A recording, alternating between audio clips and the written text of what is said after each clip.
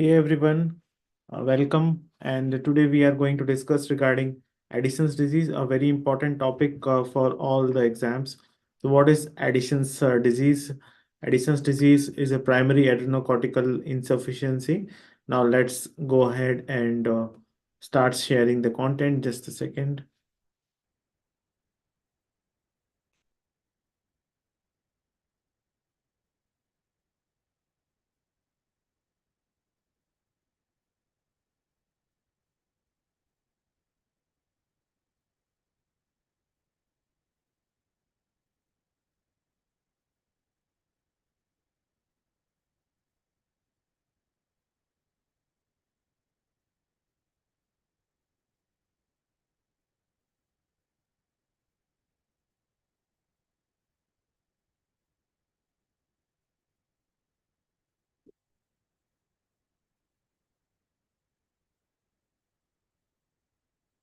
So, what is Addison's disease? Addison's disease is a primary adrenocortical insufficiency, and here you see destruction of adrenal cortex. So, primarily, the adrenal cortex is affected. That is the most important feature over here. And here there is a deficiency of the adrenal glands and leads to deficiency of glucocorticoids, mineralocorticoids, and androgen corresponding to the three layers of adrenal cortex. And here the common causes, very commonly asked, what are the common causes? The most common cause is autoimmune adrenolitis. Autoimmune cause, this is the most common cause worldwide. Tuberculosis is a common cause in developing countries, and disseminated histoplasmosis could be there.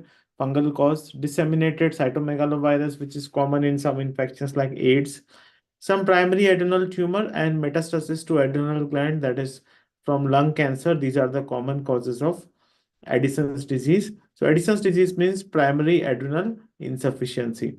So here what will happen, apart from this, there is adrenal hemorrhage, though it is more commonly a kind of a acute adrenal insufficiency. It is a kind of Addisonian crisis, but sometimes can cause this chronic adrenal insufficiency or Addison's disease as well. So here the common causes include disseminated intravascular coagulation, meningococcal septicemia. These are the common causes of adrenal hemorrhage that can cause both Addisonian crisis, acute crisis, or it can cause chronic primary adrenal insufficiency, which is known as Addison's disease. So there is a polyendocrine syndrome that is very commonly seen in Addison's disease.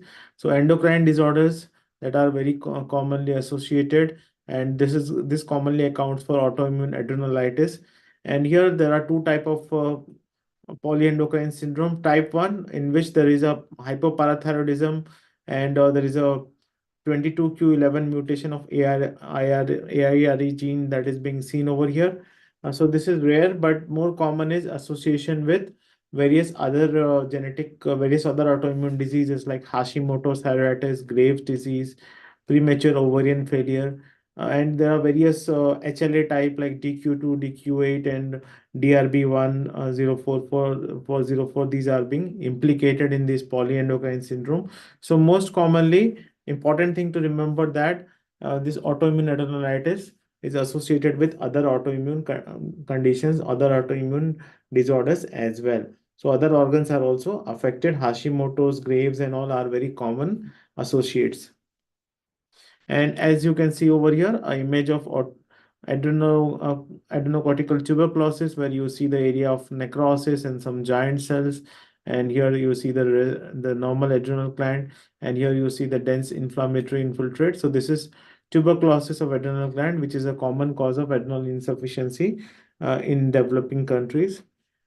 Common clinical presentation of Addison's disease: weakness and hypotension due to loss of sodium from mineralocorticoid, skin hyperpigmentation because adrenal insufficiency, less of corticosteroid, more of ACTH. Along with ACTH, melanocorticotropic hormone is also secreted that leads to hyperpigmentation.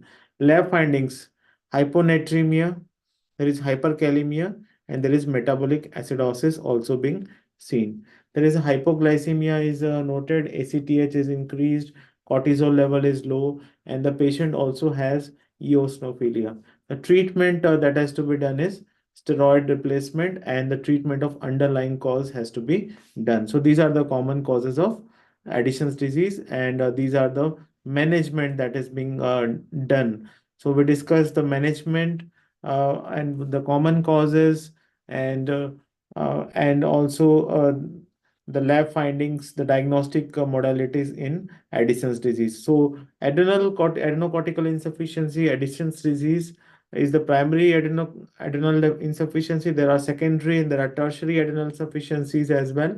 Secondary is a adrenal insufficiency. There is a it is very commonly seen secondary to pituitary failure, or there is a decreased ACTH that is causing Addison's disease, that is causing this adrenal insufficiency. That is secondary um, adrenal insufficiency. Tertiary adrenal insufficiency means there is an issue in the hypothalamus. There is a decreased CRH release that is leading to decreased ACTH release, and also there is a decreased cortisol release. So primary, secondary, and tertiary. And primary is called as Addison's disease. And when it is in the crisis mode, when there is a severe hemorrhage, there is a severe deficiency of glucocorticoids and other secretions of adrenal gland, it is called as Addisonian crisis. So don't get confused with the Addison's disease and Addisonian crisis. And common clinical feature that you will see is hyperpigmentation. So the hyperpigmentation is the prominent feature over here because of increased ACTH. So that's all for this presentation. If you have any kind of questions, you are free to ask any kind of a questions for Addison's disease. So please go ahead and ask your questions for Addison's disease. Okay, in case of no question, I will end the presentation and see you in another webinar, another presentation, another live presentation.